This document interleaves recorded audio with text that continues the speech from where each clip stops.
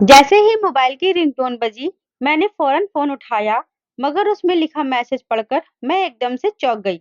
अब मुझे उस मैसेज भेजने वाले पर बहुत गुस्सा आ रहा था। पहले-पहले तो मैं पढ़ती थी, तो गुस्से से तिलमिला उठती थी, मगर अब मैंने नजरअंदाज करना शुरू कर दिया था, क्योंकि यह मैसेज तो अब रूटीन बन चुका था और इसे 1 महीना हो गया था, जब रोज ही यह मैसेज मेरे मोबाइल पर आता था। मैंने वह मैसेज ना चाहते हुए भी एक बार फिर से पढ़ा, क्योंकि पहले दिन से लेकर अब तक उन अल्फाजों में कोई बदलाव नहीं आया था। मैसेज में लिखा था कि अगले महीने की 15 तारीख को तुम्हारी शादी एक विकलांग इंसान से होगी। मैंने मैसेज पढ़ने के बाद ही उस मैसेज की रिंगटोन बदल दी और उस मैसेज पर एक नई रिंगटोन लगा दी, जिससे मुझे पता चल जाए कि यह फालतू मैसेज आया है, तो मैं झपटकर मोबाइल नहीं उठाऊं। इस काम से निपटकर मैं नीचे आई, तो नौकरानी लिविंग रूम में बड़े मजे से टीवी लगाकर बैठी थी। मुझे देखकर फौरन सीधी हो गई और टीवी बंद करके कामों में बिजी हो गई। मेरा मूड पहले से ही उस मैसेज की वजह से खराब हो चुका था।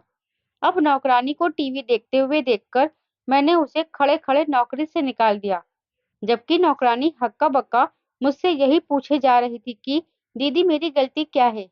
पर मेरा मूड बहुत खराब हुआ पड़ा था, तो उसे हाथ से जाने का इशारा किया, तो वह रोते हुए वहां से चली गई। मगर उसके हिलते होंठ मेरी नज़रों में आ गए और मैं खूब समझाती थी कि वह मुझे बददुआ ही दे रही होगी। लेकिन मुझे लोगों की बददुआ पर हँसी आती थी कि जब हमारे अपने लिए माँगी गई दुआ कबूल नहीं होती, तो यह दूसरे लोग जो हमारे लिए बददुआ करते हैं, ये कहाँ से पूरी होगी। सच बात तो यह भी थी कि मुझे इन बददुआओं पर यकीन ही नहीं आया रहा था। लेकिन जब नौकरानी को मैंने बददुआ करते देखा, तो मेरे दिल में उस नौकरानी को निकालने पर जो भी शर्मिंदगी या परेशानी थी, वह एकदम से निकल गई और मुझे लगा कि मैंने सही किया, क्योंकि इतने टाइम अच्छी सैलरी पर उसे रखा, अब नौकरी से निकाला तो बददुआ करने लगी। उसके वहाँ से जाने से पहले ही मैं घर से निकल गई। मेरा दिल बहुत खराब हो रहा था और दिमाग पर पता नहीं कौन-सी परेशानी सवार थी। समझ में बात नहीं आ रही थी। रास्ते में भी बार-बार मूड खराब हो रहा था, जिसकी वजह से मैंने एक मोटर बाइक को अपने पीछे आते नहीं देखा और झटके से ब्रेक लगा दी। मगर जैसे ही ब्रेक लगाई, वह आदमी सड़क के किनारे जाकर गिरा और वहाँ काफ़ी लोग एक साथ जमा हो गए। मेरे तो हाथ-पैर ठंडे हो रहे थे, क्योंकि बैठे-बैठे फालतू में एक मुसीबत जो अपने गले में डाल ली थी। अब इस हादसे को भुगतने के लिए बाहर निकली तो यह शुक्र था कि बाइक सवार को ज़्यादा चोट नहीं आई थी, बस कुछ खरोच और रगड़ ही आई थी। मैंने किसी के भी बोलने से पहले अपना पर्स खोला और उसमें जितने भी पैसे थे वह सब निकाल कर उस आदमी को थमा दिए, मगर वह भी कोई शरीफ और सीधा-सा मालूम हो रहा था। मेरे पैसे वापस मेरे ही हाथ पर रखते हुए बोला, "बस करो मैडम, अगर तुम इतने ही अमीर हो कि जान के बदले पैसे दोगे, तो यहाँ जितने एक्सीडेंट होते हैं, सबकी भरपाई करो।" मैंने फिर गुस्से से कहा कि अब पैसे दे रही हूँ, अपनी गलती भी मान रही हूँ, बताओ इससे ज़्यादा क्या चाहते हो? मगर वह भी मुझसे ज़्यादा गुस्से में बोला, मैंने पैसे नहीं माँगे, पहले ढंग से गाड़ी चलाना सीखो, तो अमीर लोगों के पता नहीं दिमाग कहाँ पर होते हैं। माफ़ी माँगो बस और कुछ नहीं चाहिए। मेरा दिमाग खराब हो गया। मेरा उससे माफ़ी माँगने का बिल्कुल भी इरादा नहीं था, पर आस-पास के लोगों की वजह से और दबाव में आकर मैंने उससे माफ़ी माँग ली, क्योंकि गलती सरासर मेरी ही थी। माफ़ी माँगने के बाद मैंने वह पैसे दोबारा उस आदमी की तरफ बढ़ाए, तो वह लिए बगैर वहाँ से चला गया। मुझे बहुत गुस्सा चढ़ा, लेकिन उसे बर्दाश्त करते हुए गाड़ी में आकर बैठ गई। पता नहीं ये छोटे लोग खुद को समझते क्या हैं। अगर यही पैसे मैं किसी भीड़ के बगैर उस आदमी को देती तो झट से ले लेता। अभी सिर्फ यहाँ लोगों की भीड़ थी, तभी नहीं लिए हैं। ये सोचकर मैंने गाड़ी की स्पीड बढ़ा दी और उस आदमी के पास दोबारा से पहुंचकर कहा, लो, अब यह पैसे ले लो। यह कोई भी नहीं है। पहले तो वह खड़ा कुछ देर सोचता रहा, फिर धीरे से हाथ बढ़ाकर उसने वह पैसे मुझसे ले लिए, तो मेरे चेहरे पर तंज भरे मुस्कुराहट फैल गई। मगर अगले ही पल वह मुस्कुराहट हैरत में बदल गई, जब उस आदमी ने पैसे गिने बगैर पास बैठे फकीर की गोद में डाल दिए और वहां से बाइक को उड़ाता हुआ चला गया। मैं पीछे गुस्से से भरी बैठी रह गई और वहां से गाड़ी में वापस बैठकर घर आ गई। मुझे यकीन हो चुका था कि आज का दिन मेरे लिए मनहूस है। तभी मैंने कल तक बाहर निकलने से तौबा कर ली। कि बस घर में ही रहूं तो बेहतर है। क्या पता कौन सी मुसीबत आकर मेरे गले पड़ जाए। घर आई तो माँ तैयार खड़ी थी, शायद वह कहीं जाने वाली थी, और बार बार नौकरानी को आवाज दे रही थी। जब मैंने बताया कि उसे आज सुबह ही काम से निकाल चुकी हूँ, इस पर उन्होंने हैरान होकर पूछा, बेटा क्यों निकाला? तो मैंने कहा बस सही से काम नहीं करती। इस पर माँ बोली, अब अगर उसने तुम्हें कोई बददुआ दे दी तो? मैं एकदम से परेशान हो गई। तो मैंने नफरत भरी नजर उन पर डाली और पूछा, आपको कोई फर्क पड़ता है बददुआ से? मैं जानती थी मेरे यह अल्फाज उन्हें चुप करवाने के लिए काफी हैं, और ऐसा ही हुआ। उनके चेहरे की रंगत पल भर में बदल गई, और वह जो किसी पार्टी में जा रही थी, चुपचाप वापस अपने कमरे में चली गई, जिससे साफ जाहिर था कि वह अब बाहर भी नहीं जाएंगी। मगर मुझे फर्क नहीं पड़ता था। मैं अपने खराब मूड में हर किसी का दिल दुखा देती थी, और इस बात का जब तक एहसास होता था, तब तक बहुत देर हो जाती थी। अब भी मुझे खास फर्क नहीं पड़ा, और मैं अपने कमरे में बंद हो गई। साथ ही फुल वॉल्यूम के साथ म्यूजिक चला लिया और बिस्तर पर जाकर उल्टा लेट गई। काफी देर सुस्ती से लेटी रही, फिर मोबाइल उठाकर व्हाट्सएप खोला तो सामने ही वह मैसेज जगमगा रहा था। मैंने कभी भी उस बंदे को वापस रिप्लाई नहीं किया, मगर उस वक्त न जाने क्या सोचकर मैंने टाइप करना शुरू किया कि आखिर हो कौन तुम? क्या चाहते हो, पैसे? मैसेज भेजकर जैसे ही मोबाइल रखा, फौरन से वह खास रिंगटोन बजी जो सिर्फ उसके नोटिफिकेशन पर लगाई थी। मैसेज खोला तो सामने लिखा था, तुम्हारी गलतफहमी है कि तुम सबको पैसों से खरीद सकती हो। तुम दिन और तारीख याद रखना, तुम्हारी शादी हर हाल में अपाहिज आदमी से होकर रहेगी, और उसे कोई टाल नहीं सकता। यह मैसेज मेरे गुस्से को हवा देने के लिए बहुत था, और मैंने भी गुस्से में मोबाइल हाथ में लिया और चिल्लाकर दीवार पर दे मारा। मोबाइल टूटने की आवाज सुनकर पापा फौरन मेरे कमरे में आए और पूछा, क्यों इतना शोर मचा रही हो?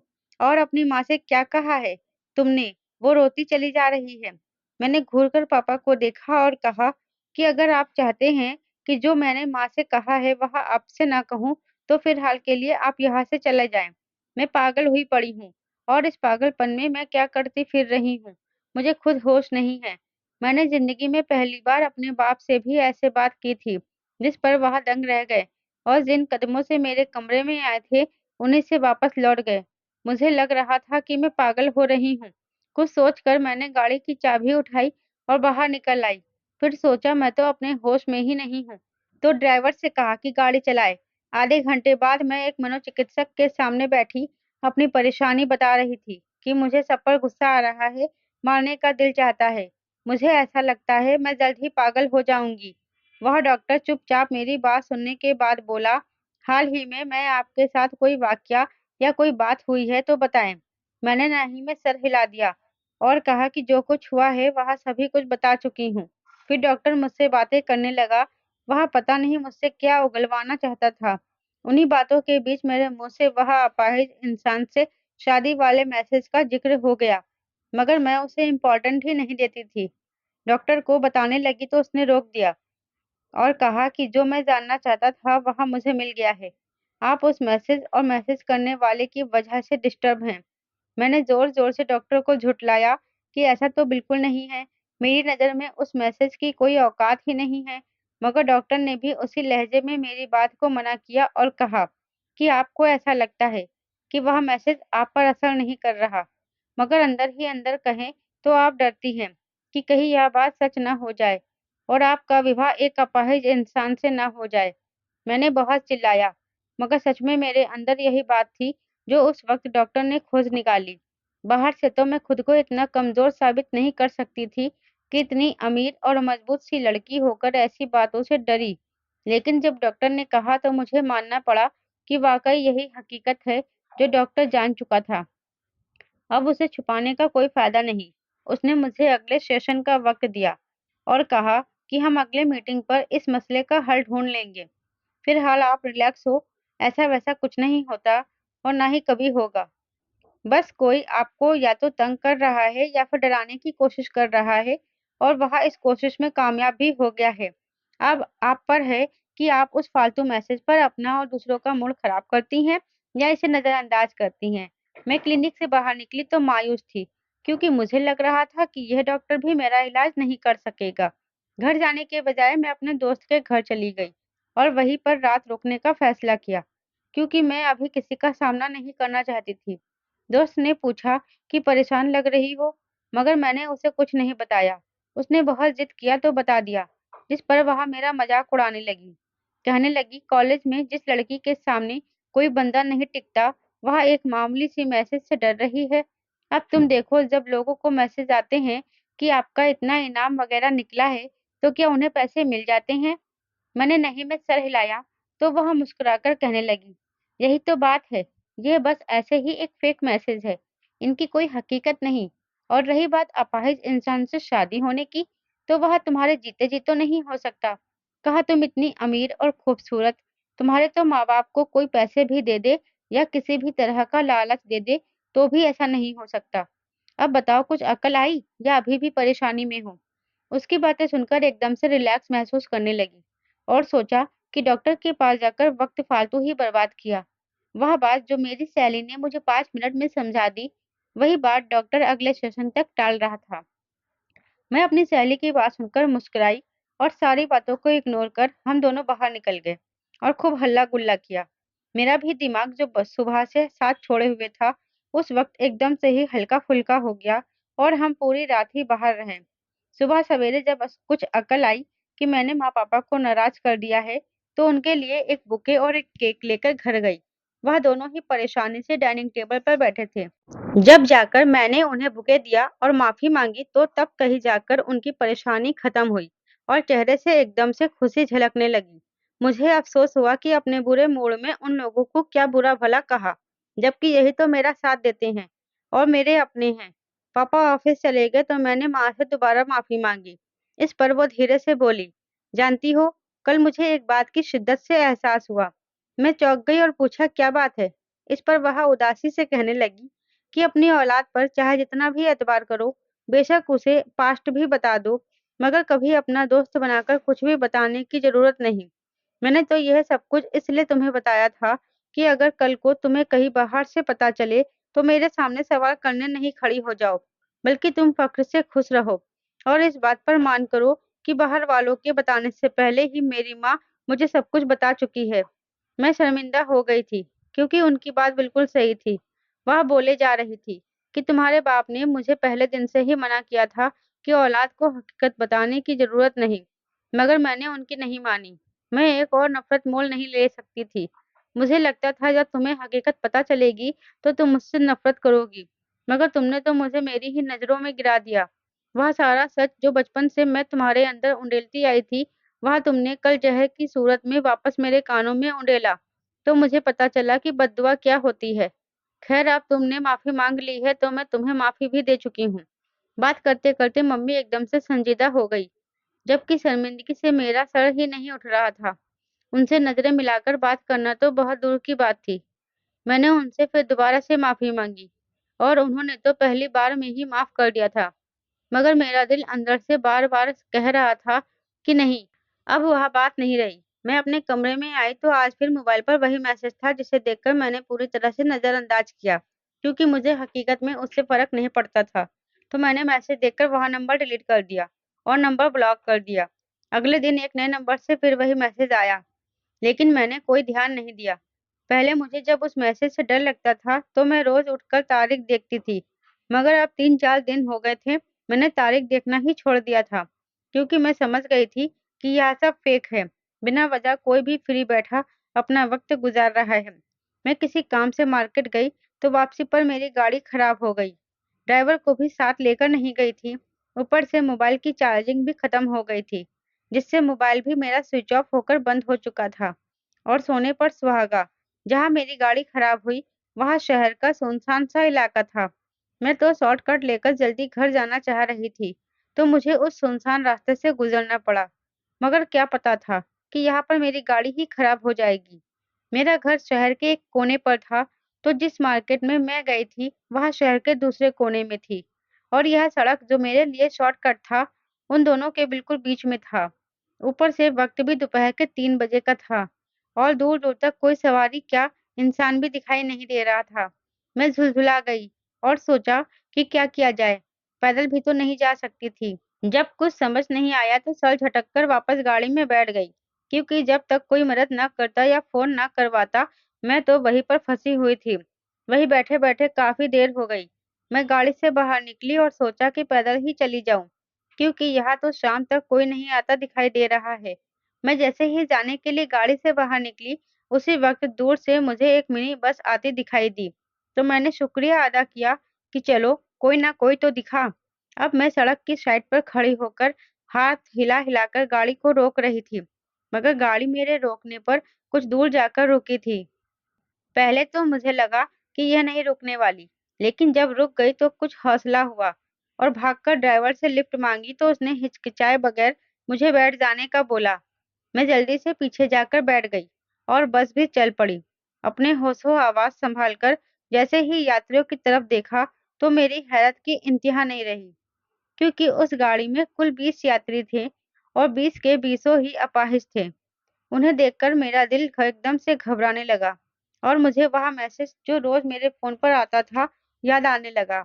मैं दिल ही दिल में सोचने लगी कि कहीं वह मैसेज हकीकत न बन जाए, क्योंकि जिस तरह मेरा सामना 20 अपाहिजों से एक साथ हो गया था, अब तो कुछ भी मुमकिन था। मैं प्रार्थना करने लगी कि किसी तरह यहाँ से निकल जाऊँ।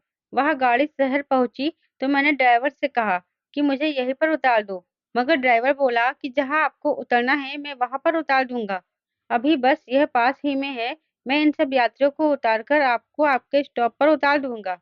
मैं अपनी बात पर कायम रही और कहा कि नहीं, मुझे बस यहीं पर उतार दो। मगर शायद यह मेरी बदकिस्मती थी जो जिद की और वहीं पर उतर गई। बस मुझे उतारकर सड़क से मुड़ गई, जबकि मैं शुक्रिया अदा कर रही थी कि मैं बच गई। मगर मैं बची ही तो नहीं थी। मैं इधर-उधर देखने लगी ताकि कोई रिक्शा रोक लूं और घर पहुंच जाऊं। जब एक ऑटो आकर मेरे सामने रुका और मैं बगैर कुछ पूछे बताए उसमें बैठ गई। ऑटो वाले से कह दिया कि फला जगह चलो, मगर मैं हैरत का शिकार तब हुई जब वह ऑटो वहीं मुड़ा जहाँ पर वह बस मुड़ी थी, जबकि मेरा घर तो बिल्कुल उसकी उल्टी साइड में था। इससे पहले कि मैं ऑटो वाले से पूछती कि तुम मुझे कहाँ लेकर जा रहे हो, वह एक बड़े से प्लॉट में मुझे लेकर आया, जिसके चारों तरफ दीवारें थी और बाहर बड़ा-सा गेट लगा था। वहीं पर टेंट लगाकर किसी की शादी का इंतजाम किया गया था। मैंने इधर-उधर देखा तो वहाँ सिर्फ बस ही दिखाई दी, जिस बस से मैं आई थी, और वही अपाहिज यात्री बस से नीचे उतर रहे थे। मैं ऑटो रिक्शा वाले से बहस करने ही लगी थी कि जब एक आदमी मेरे मुंह पर हाथ रखकर मुझे वहां से एक कोने में ले गया। मैंने खुद को छुड़वाने की बहुत कोशिश की, मगर उसकी गिरफ्त एकदम मजबूत थी। मैं तो हिल भी नहीं पा रही थी। उस आदमी ने पहले मेरे मुंह में रुमाल ठूसा और फिर मेरे हाथ पैर बांधकर मुझे कुर्सी पर बैठा दिया। मैं खूब मचली, मगर फायदा नहीं था, क्योंकि मैं बांधी जा चुकी थी। वह आदमी गुस्से से बोला, खबरदार, जो कोई हरकत की तो तुम्हारी शादी एक अपाहिज इंसान से होने वाली है। रोजाना मेरा मैसेज तो तुम्हें मिल ही जाता होगा। मैं हक्का-बक्का उसकी शक्ल ही देखे जा रही थी, जब वह घबराकर बोला, ऐसे क्या देख रही हो? मैं वह इंसान नहीं हूँ। इतना बोलकर वह बाहर निकल गया। वापस आया तो उसने व्हीलचेयर को पीछे से पकड़े हुए था और उस पर एक अपाहिज लड़का बैठा हुआ था। वह कहने लगा, घबराने की जरूरत नहीं है, बस अभी तुम्हारी शादी हो जाएगी। तुम्हें कोई परेशानी नहीं होगी। जबकि उस अपाहिज लड़के को देखकर मेरा दिल इतनी जोर से धड़क रहा था, ऐसा लग रहा था कि सीना चीरकर अभी बाहर आ जाएगा। ऊपर से दूसरे लड़के की बात, जो मेरे साथ बिल्कुल किसी जंगली की तरह रवैया रखे हुए था। थोड़ी देर बाद पंडित जी भी आ गए और उस आदमी ने कहा कि अगर तुमने शादी नहीं की तो भगवान कसम यही तुम्हारा सर खोल दूंगा। मैं डर गई थी, क्योंकि वह इतना खतरनाक लग रहा था कि कुछ भी कर सकता था। फिर पंडित जी ने मेरी शादी करवाई। मैंने चुपचाप शादी की सारी रस्में अदा कर ली, क्योंकि मैं सोच चुकी थी कि एक बार यहाँ से बचकर चली जाऊं तो फिर देखना, अपने इस अपाहिज पति से तलाक क्या, मैं इसका नामो निशान ही मिटा दूंगी। कुछ ही देर बाद मेरी शादी एक अपाहिज इंसान से हो चुकी थी और मैं बेबस थी। मैं कर भी कुछ नहीं कर सकती थी। इधर-उधर नजर दौड़ाई तो देखा सब बहुत खुश थे। पता नहीं किस बात की खुशी मना रहे थे वह लोग। कुछ ही देर में खाना भी शुरू हो चुका था और सब लोग वहाँ बिजी हो गए। उस लड़के ने आखिरकार मेरे मुंह से रुमाल निकाल दिया। जैसे ही रुमाल निकाला मैं चीख कर बोली, कौन हो तुम और क्यों मेरे साथ ऐसा किया? मैंने बिगाड़ा क्या था तुम्हारा? इस बात पर वह आदमी मुस्कुराया और एक कहना तुमने नहीं, तुम्हारी माँ ने। कहते हैं ना, औलाद का गम माँ बाप को देखना पड़ता है और माँ बाप के गुनाहों की सजा औलाद को भुगतनी पड़ती है। बस तुम भी यही समझो। उसने मुझे खोल दिया और कहा, जाओ अपनी माँ से पूछो। मैं बड़ी हैरानी हुई। मैंने कहा, मैं अपनी माँ से क्या पूछूं? उसने कहा, जाकर पूछोगी तो पता चल जाएगा कि हकीकत क्या है और क्यों तुम्हें उठाकर मैं यहाँ पर लाया हूँ। मैंने कहा कि मेरी माँ ने मुझसे आज तक कुछ भी नहीं छुपाया। हर बात, हर राज मुझे बताया है। मैं उनके हर राज से वाकिफ हूँ। अब तुम बताओ, तुम किस वजह से मेरी माँ या मुझे दुख पहुंचाने की कोशिश कर रहे हो?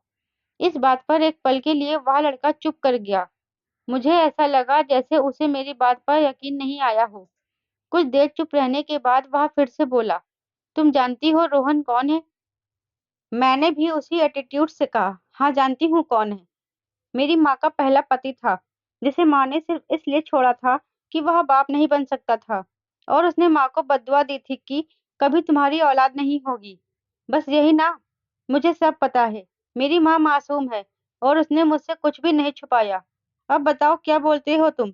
मेरी बात पर वह कुछ देर चुपचाप खड़ा रहा, फिर एकदम से जोर जोर से हंसने लगा और कहा, जानती हो तुम्हारी माँ कितनी मासूम और सीधी औरत है? अपनी नजरों के सामने से ही उसे देखा है। खैर जाओ और जाकर अपनी माँ से हकीकत पूछो।